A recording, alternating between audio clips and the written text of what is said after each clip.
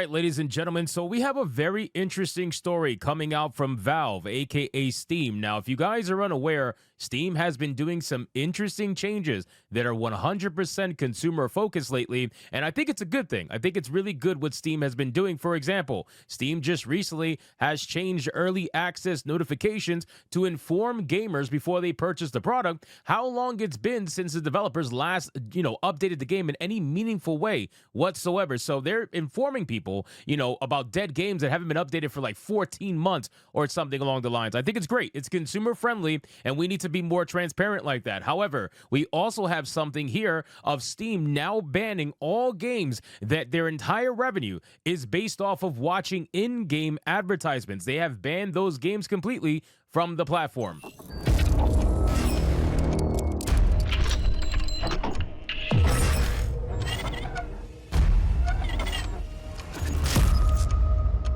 So let's get into this article, guys, from Eurogamer. But of course, before we do, if you are new here, just consider hitting that subscribe button. I would greatly appreciate it, and like the video to push us out into that YouTube algorithm. So the headline reads that Valve bans all Steam games that force players to watch advertisements. Now, this is a huge thing, okay? Like this is very similar to, let's say, how mobile games make their money, and a lot of people feel like that doesn't belong on the Steam platform. Now, for me, I'm a big fan of capitalism. Obviously, I want the market to decide what should and shouldn't be allowed on a platform based off the success of that particular video game. But Steam, being the private company that they are, seems like they're going to go about this way for their own reasons, and we're going to get into their reasons because they actually break it down in this screenshot and in this article. So it says Valve has implemented new rules around advertising, explicitly prohibiting games that force players to watch in-game ads. The new rules from Valve, available online and first reported by Gaming on Linux, confirm that while cross-promotion and product placement are permitted, games that force players to watch or engage with advertising in order to play are not. Nor should developers use advertising as a way to provide value to players, such as giving players a reward for watching or engaging with advertising in their game. Now, we see this a lot when it comes to like mobile games, right? I've mentioned this this is why I don't mess with mobile games, because almost every single mobile game is some level of a trap for the player, right? It's not consumer focused. It's more so just nickel and dime focused. They have a very short shelf life, and they know that the moment the game goes live, they have to try to get as many people as they possibly can for revenue, because eventually what's going to happen is people are going to move on, right? They're very fickle over at the mobile gaming industry, and it's just constant. It's like a constant content being pushed out over and over and over again.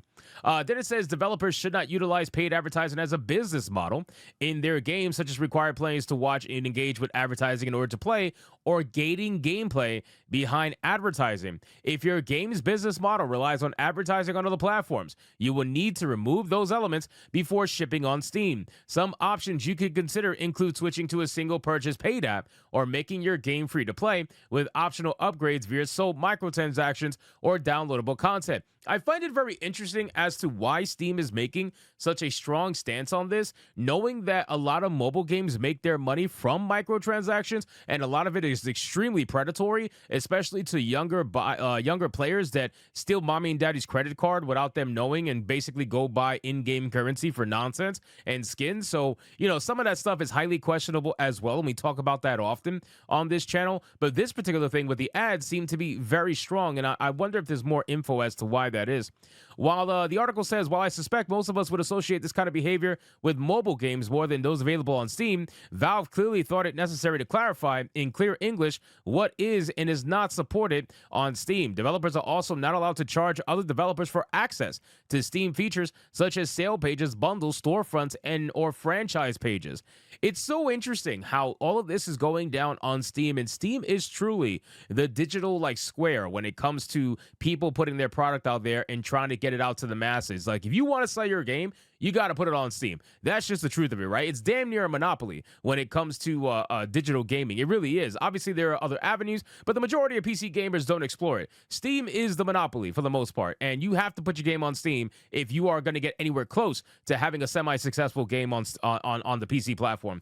Then it mentions what I mentioned last week, earlier. So it says, last week, Valve quietly implemented a useful new Steam feature warning users and potential potential purchasers of how long it's been since an early access game last received an update. Let's click this because I want to talk about this in particular too, because this kind of goes hand in hand. I know you guys were seeing this screenshot go around about early access software and how they have a note now on the bottom. They have two notes, ironically, right? So they have the first note that tells you it's early access, it's not complete, it may change, it may not change, etc. Basically like Kickstarter warnings. And then you have a double note on the bottom that says the last update made by developers was over, and then it gives you a time frame, which is crazy, but that's great. This is consumer friendly. This is advocating for the gamers. This is letting people make informed decisions, right? Because in this scenario, I don't know what game this is, but the last time this game was updated was over 7 years ago, and it's still in early access. And it says the information and timeline described by the developers here may no longer be up to date. Imagine if you bought this game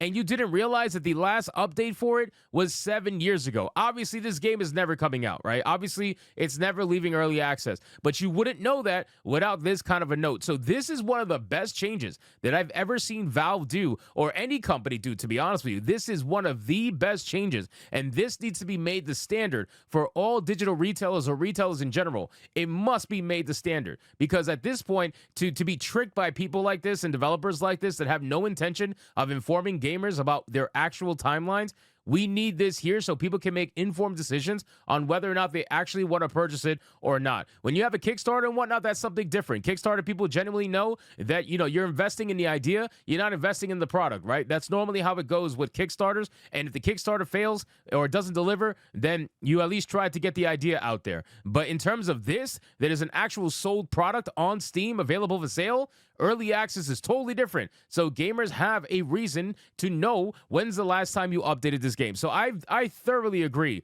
with the changes being made on both ends, and I do think that overall this is a good move to ban advertisements on Steam. But I have trouble accepting banning of things. You know what I mean? I feel like everything has a place, and I feel like they should have a valid reason for wanting to ban advertisements other than, it's shitty, it's a terrible practice. But I don't feel like that's necessarily hurting anybody, especially if they are being forefront over what's actually in the game. If they advertise their game and it tells you that you could see in-game ads like how it is on mobile stores, because that's what they have to tell you. They tell you that there's in-game ads in the game, then that's different. I feel like that's fine. But Valve just flat out banning this, the gamer in me wants to agree, but the anti-censorious person can't agree with this. I just feel like overall it should be allowed, and you should put a note saying that they may sell you in-game ads or showcase you in-game ads, and make it bold, make it big so everybody can see it. That's where I really feel like we should be at with this. Banning it outright, I just feel like that's very limiting, but